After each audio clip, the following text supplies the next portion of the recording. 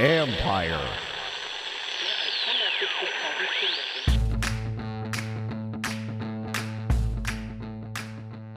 Hello and welcome to my podcast. Do me a favor, subscribe to the John Keim Report wherever you get your podcast. If you're watching on YouTube, hit that like button, hit that subscribe button. You can find us there as part of Empire Media, AMPIRE. Always much appreciated when you tune in. Don't forget, you can read my work on ESPN.com. In a minute, I'm going to give you my 5 things I think about the Commanders and then also about the game against the Cowboys on Sunday. Huge game. Not obviously for the Cowboys, but it is for this team. You want to keep this season going and just building on this and getting rid of the stench of the 2-game streak. You got to win Sunday. Anyways, before I get there, a couple things. Marshon Lattimore, I'm sure you know, is out. So not a surprise. Didn't do anything with the team on the field this week. All we saw him do was working on the side field. When we talked to Dan Quinn on Friday, he said he does have optimism about his chances for playing next week. Doesn't mean he's going to. And I think Dan Quinn's an optimistic guy, but so I'm not going to sit here and say, hey, it looks like, because I don't know that. Until we see him on the field, you cannot know what the heck's going to happen. And Nicky Jabali even asked him, and there's something else. I was wondering the same thing too. Would they just save him for after the bye? I mean, you have Tennessee is not an explosive offense. This Lattimore has a history of hamstring injuries that could complicate any sort of return for him, and which makes you want to be more cautious. And the one thing we've seen with this team is they were cautious with Brian Robinson with the hamstrings. And Robinson said he, of course, could have gone a couple times, but they wanted to make sure. Other players have talked about how they feel like this staff is very protective of them with the injuries and all that, which is why the Jaden Daniels thing, like, he didn't need to sit. He was good enough to play, certainly.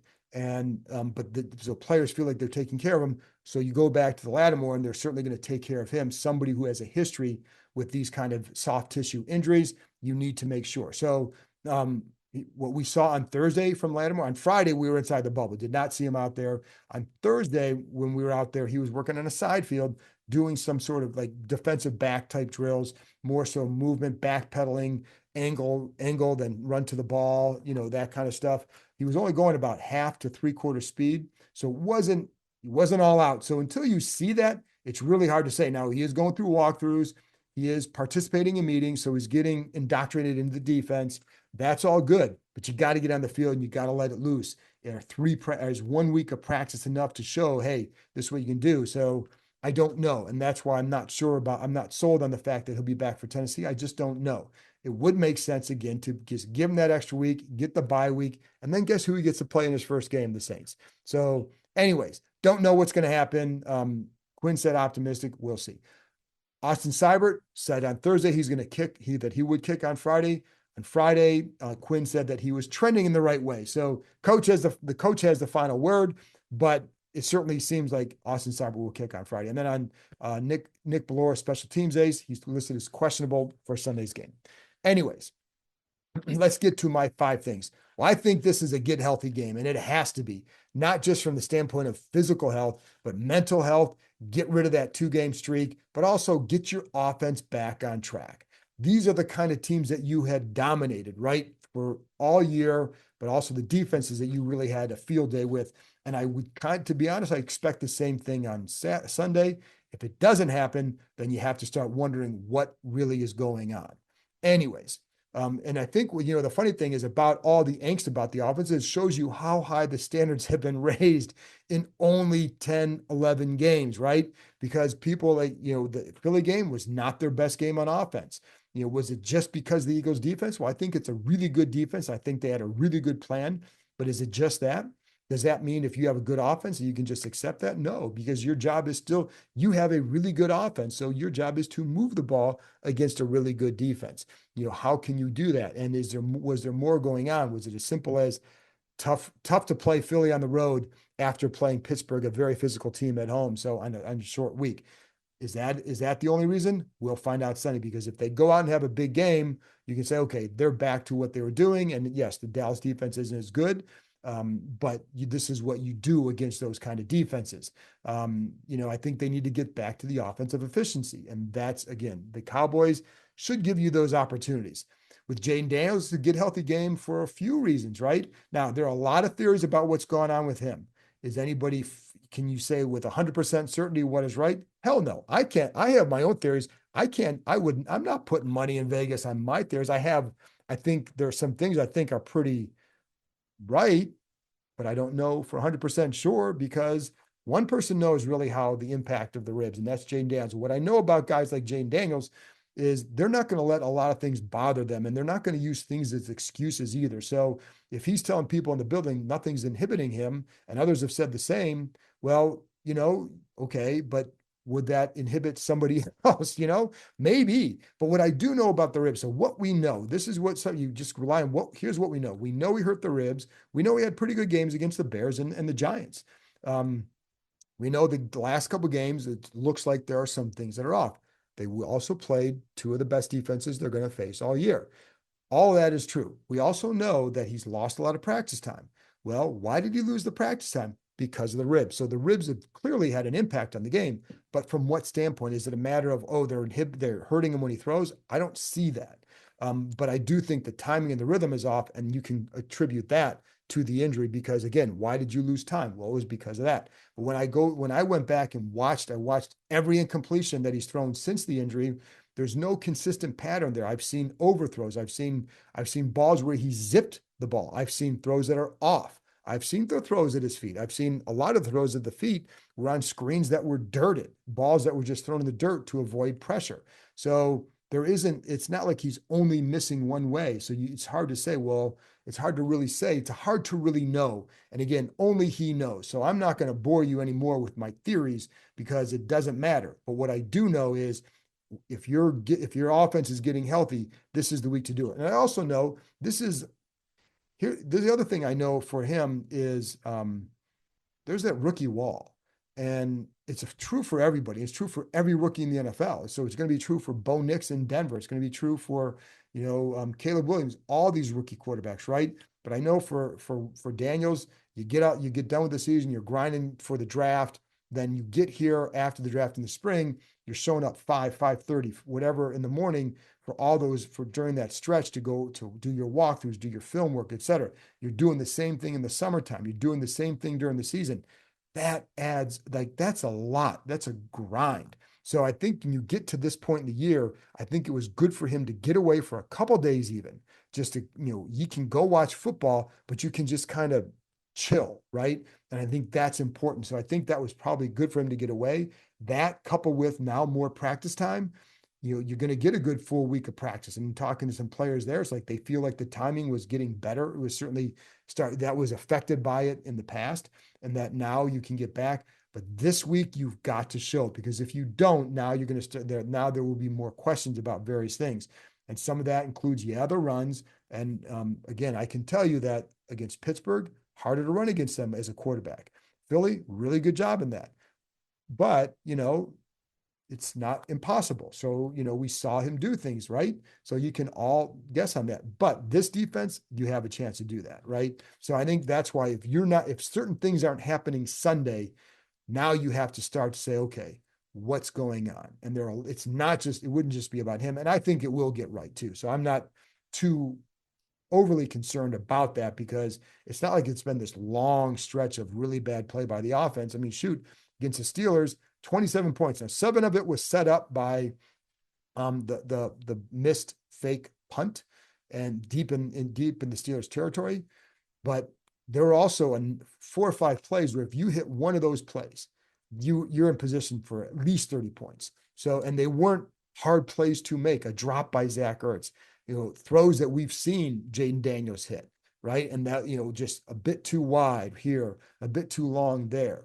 The missed block by Cosme in a quarterback draw where Jaden Daniels would have run for 30 yards because that's what was available and would have set him up for a game-winning field goal.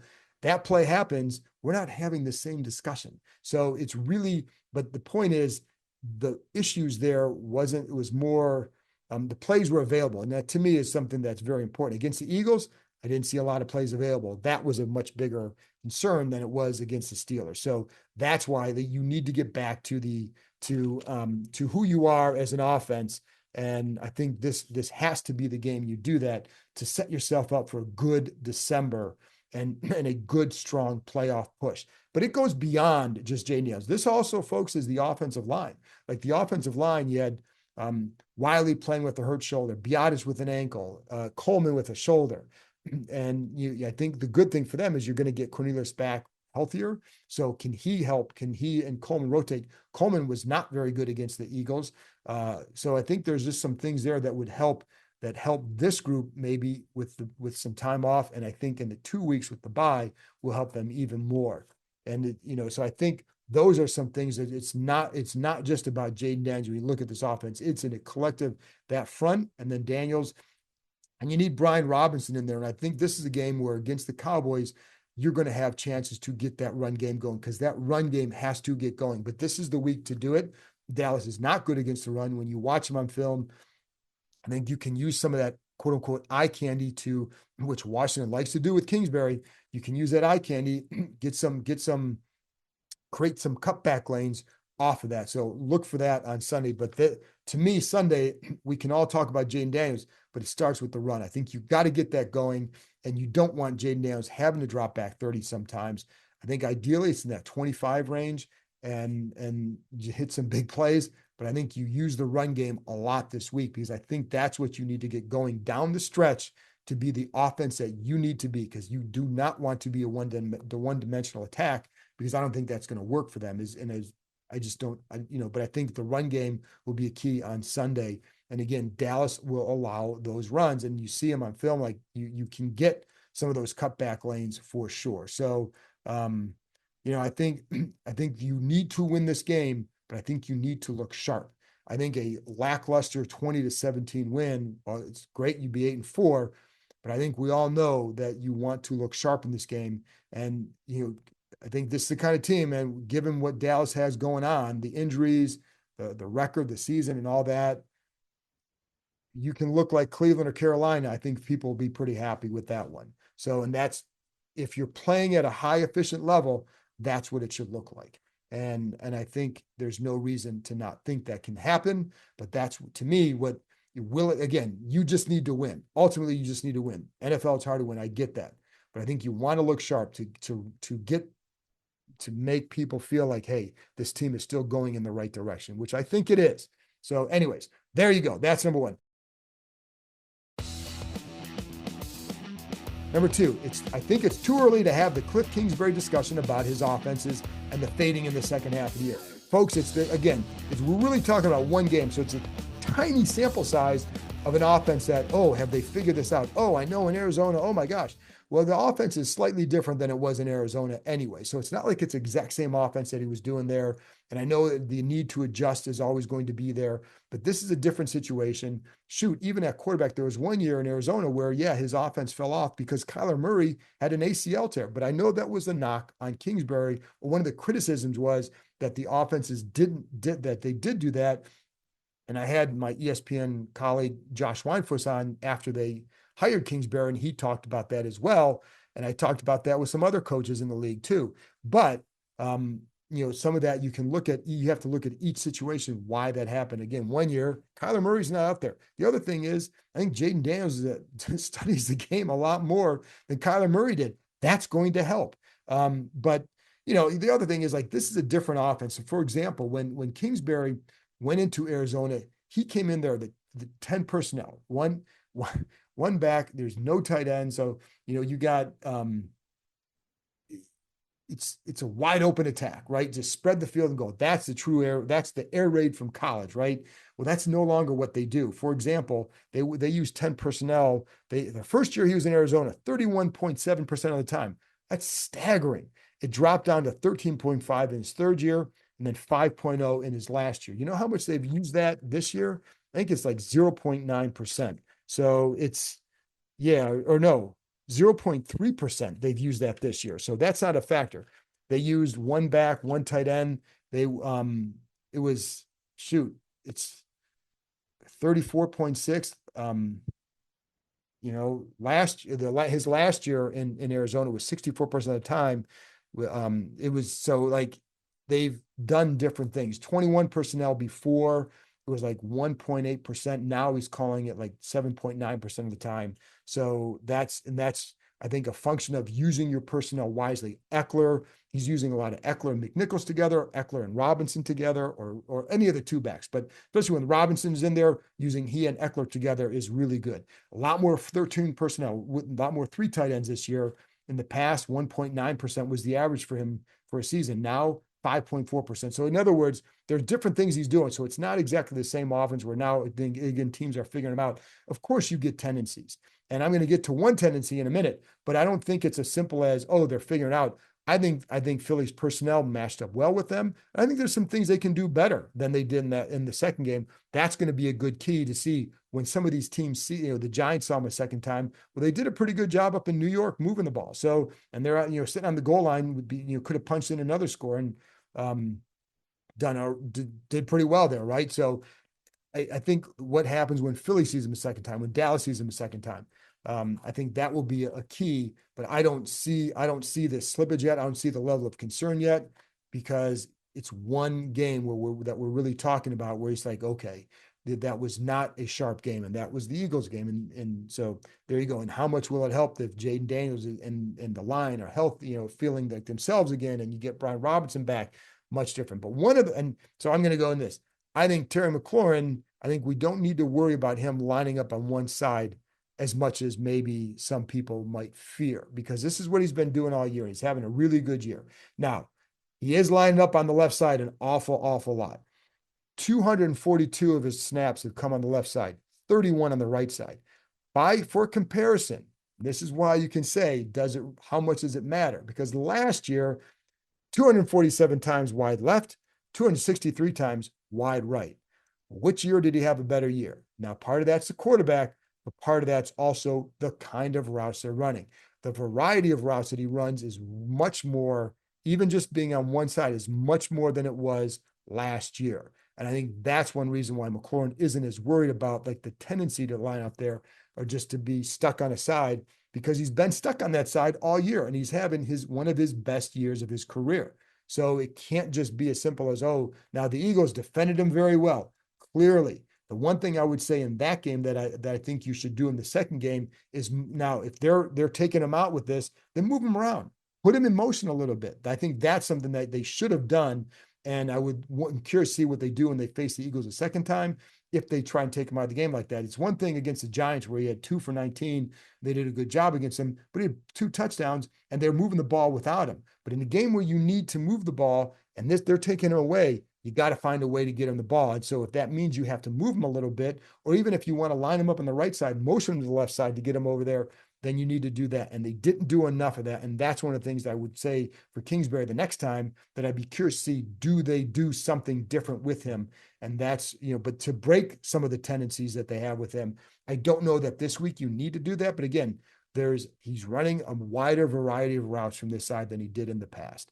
That's why some of that stuff is, and for some of the people there, is less problematic than it might appear from a tendency standpoint, that yes, he's on that side a lot. Now, if we start going down the stretch here, if the Dallas takes him away because doing the same stuff is, obviously it's a copycat league, but it's not like this is the first time he's lined up on that side and they did this stuff. The Eagles could do things because they have an extremely talented secondary. I don't see the same secondary in Dallas right now. It's not the same, same defense. Diggs can be a big, good playmaking corner, but there's no doubt that McLaurin can beat him. So I don't think it's as big a worry for this. But again, the route running, but if it's not working, get some more motion, and there you go. And speaking of the Eagles game, this is one thing. This is kind of an extra thing within this. But speaking of that game, I want to go over that 4th down and 2 play, because it's something I talked about, and I want to make sure I present it to you accurately, and so you know what it is, because I even asked Sam Cosme about this. He goes, yeah, I was getting a lot of hate on this. I don't know why. And here's why he shouldn't get any hate, because he didn't do anything wrong. So on the play, he's pulling, because initially you look at it, it looks like a messed up play, because he and Coleman are almost collide, and then he almost bumps into Jaden Daniels, but he's supposed to pull on that play. He's supposed to pull left. You pull it right, a couple people pulling to the right, going around the end. But on that play, what's supposed to happen is, first of all, what messed it up is Jaden Daniels just bobbled the snap. And Cosme did not hit it. It looked like he was going to from a side, but he did not hit the ball, and Daniels still got it. But if he takes the snap cleanly, he's going to fake a run to to Brian Robinson going to the left. That's why Cosme's pulling that way, and it's giving some eye candy to the defense. But because of the bobbled snap, they knew there was no threat of the fake, right? There was no threat that it was going to go to Robinson. So that play was dead in the water as soon as he started bobbling. And it's for the action of the play, the eye candy was done because the players saw the bobble. They know what's going to happen. They can see it. The safety doesn't move with it all. So because of that, he's in position to go up and make the tackle on the run. Jalen Carter comes through. And the other problem was the Eagles had another guy up on the line that I think complicated their blocking assignments. But Carter comes through. Now, the question would have been if Carter is fooled by the fake and he can get around the end. But when you have to pull it, go around, it was just messed up. But I just want to make it known that Cosme did not mess up on the play. And so I wondered about that too. I wondered, did he go the wrong way? I say, this is what you see. I don't know. Well, now I know. Now you know. Let's go on. Because I want to get to Jeremy Chinn. I think Jeremy Chinn has been a terrific signing, and I know you do too. And it's funny because they got those two from Carolina, and after they signed he and Frankie Louvu, those are the two guys that kept jumping out to a lot of people like, oh, I really like those two, right? Obviously Bobby Wagner, but also those two in particular as well. Now with Chinn, he didn't play as much with Carolina last year for whatever reason. I think it was a little bit of a mystery there last year as well. Carolina was okay letting him go. Louvu was a little bit different. They wanted to bring him back. They did not, I don't think they wanted to go as high as Washington did, and it wasn't like it was exorbitant, but they certainly sticking to whatever their budget was. They had the cap room if they wanted to, but they just didn't want to pay him that much. So Washington is clearly benefiting from both of them. But Chinn in particular has been, both of them very good, but Chinn has really steadily progressed as the season has gone on. And you can see the communication is better. You see it with Wagner, him coming up at times and talking to it, but also communicating in the secondary. He's playing more physical. Why? Because he's playing more fast. And you start to see some of that physical play early in the year against the Bengals, et cetera, but you're seeing it on a more consistent basis now. I mean, shoot, that tackle against Dallas Goedert the other day was terrific and just drove him back by a couple yards. Just a really fast physical play. And what part of the thing is when you understand what the defense is being called, and this is where Chinn is at, he understands the calls better, not just like, but understands what they're trying to do and why. And the more you're in a system, now you can play fast. Now you can communicate it more clearly to others. And I think when you're more certain in the calls, when you're more certain of what you need to do, you can play. The more certain you are, the faster you play. And that's what he's starting to do. So I think that has been a good thing. And what they need, listen, they're still giving up too many explosive plays. I think against the Eagles, you had a couple of those long runs in the fourth quarter. You know what? And this is a little detour here, but what I like about Joe Witt is he doesn't put up with the BS. He's not going to give excuses. After the first game of the year, he wasn't going to say, well, it's okay, we play like that because it's the first game of the year. And he's not going to say, well, it's okay, they played like that for 53 minutes because blah, blah, blah, he got tired. He doesn't give that excuse. He's like, your job is to play 60 minutes. Play 60 minutes. You can handle these runs better. But he also puts a lot of the onus on himself. And it certainly comes across as very sincere. And what you don't hear, I think it is, because I'll be honest, like there have been times in the past where some of these coaches are throwing guys under the bus. And there was the defensive line coach here a couple of years ago who would do that to players, maybe let them take the blame when they shouldn't have. It does not go over well with the players. Coaches who take the blame, it goes over well with the players. Or just point out like, hey, I could have made this call better, and not just say it, but give an example of a call that you could have done better, or example of something like, hey, maybe we're putting in too much stuff in practice. I need to cut back. He said that earlier this year too. So that goes a long way. But I say all that to say like, there's still some issues with this defense. I think he's done a good job. I think when you get Lattimore out there, whenever that is, I think that can really they can continue to strengthen the secondary, because you look at like what Mikey Samerstill is doing on the outside. And what he did against A.J. Brown. And I think you have the parts now over the secondary. Quan Martin, I think, has done a solid job. And Chinn is now is becoming more consistent with everything. That's what you want to see going down the stretch. Can they, so I think they did a good job against the Eagles passing game. It was the run game that ultimately got them, and the lack of Washington's offense that made that game, that kind of certainly went that direction as well. But I think, you're feeling better about the deal. The Steelers and the Eagles, though, did hit more of those 15, 20-yard plays than you like. But I think coming up here, again, get healthy. That includes this group. But Chinn has been a very good signing. So there you go. And then I think Dallas is not good.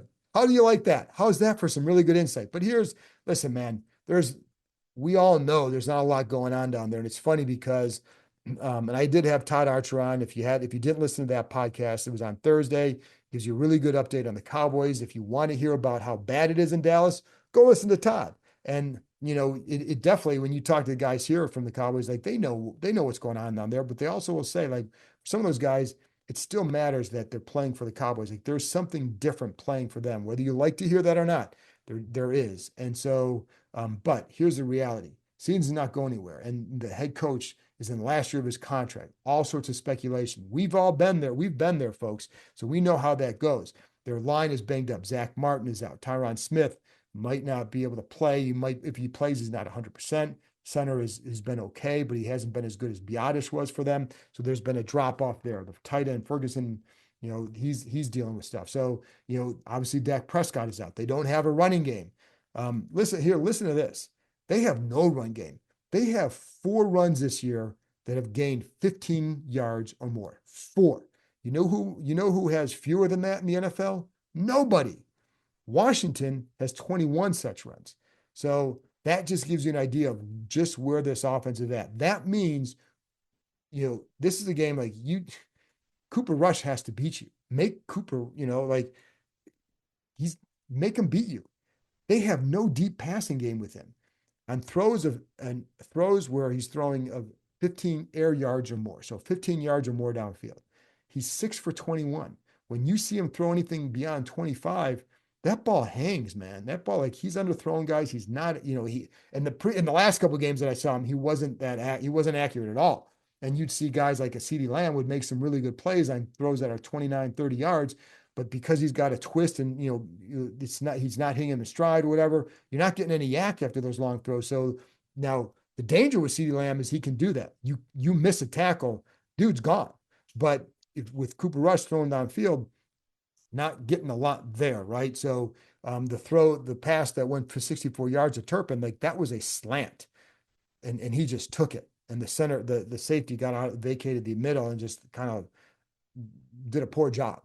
But that was the one they go. It's not like he's throwing it 30, 40 yards downfield, hitting him in stride. That has not happened. So you need to be aware of CeeDee Lamb. You cannot let the guy start getting off. You've got to take him out, or at least tackle him. Like, you can't let him get the yards after the catch, because make Cooper Rush beat you with that arm. And if you do, it's not going to happen. So, and I think you can make this team very one-dimensional, but a lot of it will start with the offense, getting that thing going, turn Dallas into one-dimensional attack, and I think you will be in good shape. Now, the other thing, it's the other thing, because of that offensive line, one thing to know, they have allowed 29 sacks this year. 25 of those 29 sacks have come off 4-man rushes. That tells you where the state of that line is. Like, you can beat those tackles. You can beat the guards, right? Especially with that Zach Martin out. So there's a lot of ways to hurt that offense and put them in a bad spot, and you have to do it. So there you go. Now, defensively, it's still all Micah. And actually there are a couple other guys that are obviously pretty good. Like, there are still some parts there. I like their second-year linebacker, DeMarvio Overshown. And it's funny because Quinn has talked about him this week. And like he said, he goes, this is like, they drafted him in the 3rd round in 2023. He's like, this is what he envisioned for him. He plays fast. I think he was a converted safety, but he plays fast in the box. And like, he's a guy to watch on the blitz for sure. So that's a guy to keep an eye on. But obviously, so much of this is about Micah Parsons. And if, they're going to move him around the deep, and he's the one you have to worry about. Diggs can make plays. Don't know about Deron Bland if he's going to play, has been out. But those guys compete and they can make plays. But a lot of it starts with Micah Parsons. And, they're just this unit is banged up. But with Parsons, they move him around on the line. I don't think they don't, talking to guys here, like, they don't move him around as much as they did when Dan Quinn was the D coordinator. And by that, I mean, like, you could see him, like, he will drop into coverage still. He will line up at different spots in line. I saw him line up inside at times. But what you're not seeing is as much like the inside linebacker stuff. And, he'll not as much as at the linebacker in general, outside, inside, as under Mike Zimmer as he was under Quinn. So whether that's good or bad, it is what it is. And so, but he's still somebody you have to worry about because he's extremely athletic. He's funny because he's not the, heaviest guy, but he's so athletic. And I think, he is so quick that even if you chip him, he's going to be a pain in the ass. Like there are times you used to watching like Houston chip him. Well, if you give him that little crack inside, he's gone. And then Zimmer will show those, like Zimmer's the double A gap dude, right? Like he loves to blitz that gap and he'll line up guys in or drop, whatever. If you remember, Robert Griffin III is the legend of the game Sunday. I bring that up because if you remember, Zimmer was the coach of the Vikings in 2012 when Minnesota shows that double A gap blitz and Griffin just hits that, 70s, I think it was 76-yard run that clinched that win, going down the sidelines with the whole stadium cheering except for the backup quarterback. Anyway, but that's Mike Zimmer. So that's what they're going to do. But what they do with that too is there are definitely times where Parsons will line up on the outside. You show that double A gap blitz, and then he's going to kind of loop in behind that to get you inside. So he may not be standing up there and doing it, but he's coming from that same area in a different way. So there are a lot of things that you have to worry about with him still. And the other thing is with Daniels, obviously can run the ball. They have been hurt at times by scrambling quarterbacks. Now, last week, CJ Stroud, three scrambles for 26 yards.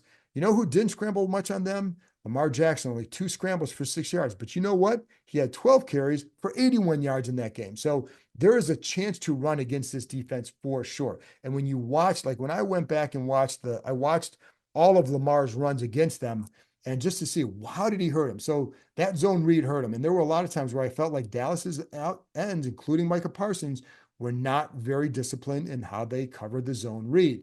And there were times where like they you want to be square. Like Parsons is so athletic. You play that square. If the quarterback keeps, he's going to get you, but he's turning to the ball. He wants to go make a play on the ball.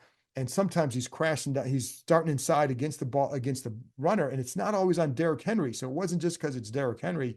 So they were letting Jackson get outside. But the other thing he did too, Jackson, was some inverted zone read. So you're faking, and instead of going outside, you're coming inside. And so he got some runs that way as well. But I didn't feel like the Cowboys were as disciplined against that. Certainly not like the Steelers were, or maybe even the Eagles, but especially the Steelers. I think the Steelers are really hard to do that against. But anyways, so I think that will be available for Daniels as well.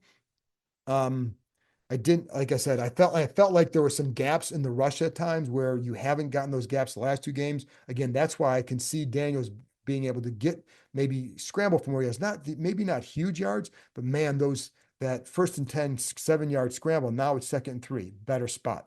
3rd and 6, 7 yards, first down, right? That's what they haven't been getting from him. And I think I think you can get that certainly this week. So, I think you'd like to see some of that eye candy against this group too. And that's where you get those cutback runs, but some of the jet action, the fake jet actions, I think again, going back to Baltimore, what they did with Lamar, the fake jets, some of those inverted reads, that was something for sure as well. So I do think they'll blitz more against, they don't blitz a ton, but they will blitz more against, seems to be, they would blitz more against quarterbacks that can run a little bit. So I think that's something to watch as well. But overall, listen, folks, this is a game. Oh yeah, this is a game. And I did talk about CeeDee Lamb. I had this down my notes, but I've already talked about it. So he's really good. He's the guy you got to worry about for sure. So, but this is a game that this team has to win. I think my sense would be they're going to come out and look pretty good. If they don't, then there are going to be some questions going into that Tennessee game, but they absolutely have to win. It's funny because for ESPN a couple weeks ago, we had to do a season, second half of the season look, right? And it's like, what's the big game of the second half? Well, my take was this game. Why? Because I thought they might lose both to Pittsburgh and Philadelphia, or they'd be possibly coming out of there with 2 losses. That's why I picked this game. I think they'll get healthy. I think you'll enjoy the day. And we'll move on to Tennessee after that. Anyway, that's it from me, folks. I appreciate you joining me all the way to this point. And I will be back after the game with a wrap-up of the Cowboys and Commanders. So I will talk to you next time.